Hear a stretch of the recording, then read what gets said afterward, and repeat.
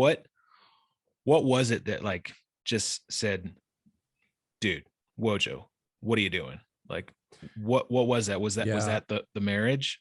Well, And before you answer, Woj, I just want to make one thing absolutely clear for especially people who don't watch.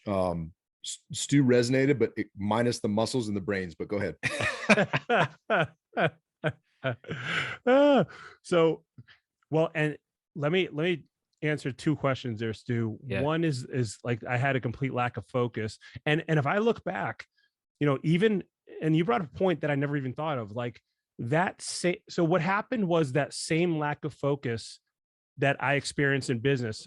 So I mentioned, I had 3 businesses at this point. It got worse. It got much worse. I got up to having 6 to 8 businesses. It got to the point where I'd go to these mastermind retreats with Life in Air, and it became an actual joke. Or like when somebody would come to the retreat with a new business idea or two, they'd be like, "Oh, here you go again. You're pulling a Wojo," because I kept generating more business ideas and trying to move down those paths.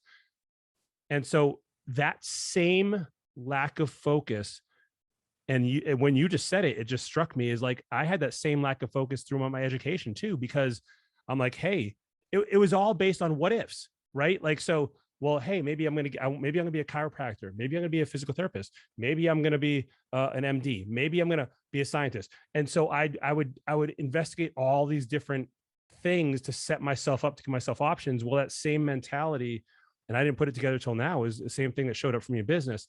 And the reason for me that it did that was out of fear. Like, what if this doesn't work? What if this doesn't provide what I need? What if I pick the wrong thing? And it was my coach who said, listen, here's the truth. Like, all of these options are good. You can make any one of these successful if you just apply yourself to it.